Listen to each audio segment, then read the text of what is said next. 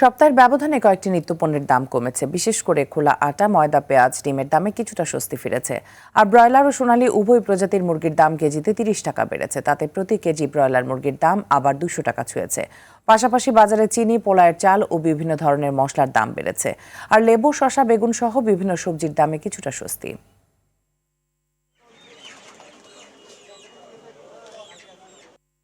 বোকরা, কিশমিশ এগুলোর দাম অনেক বাড়তেছে, প্রত্যেকদিন বাড়তেছে। শসা কিন্তু এখন 40 টাকা 30 টাকা কেজিতে পাওয়া যাইতেছে।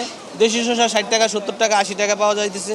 টমেটোটা একটু বাড়ছে, এছাড়া কাঁচামরিচের দামও কমছে। যে কাঁচামরিচ 120 টাকা 140 টাকা ছিল, কাঁচামরিচ এখন 80 টাকা 100 টাকায় আইছে। বেগুনের দামও ছিল বেশি, বেগুনের দাম 150 টাকা 140 টাকা পর্যন্ত বেগুনের দাম ছিল। ওই বেগুন এখন 80 টাকা 60 টাকা পাইতেছে। আমদানি যত পণ্য আছে সেগুলোর সব কিছুর দাম বাড়ছে, সব কিছুর দাম বাড়ছে এবং এই ধরনের যদি বাড়তে থাকে তাহলে তো আমরা নাজেহাল হয়ে যাব।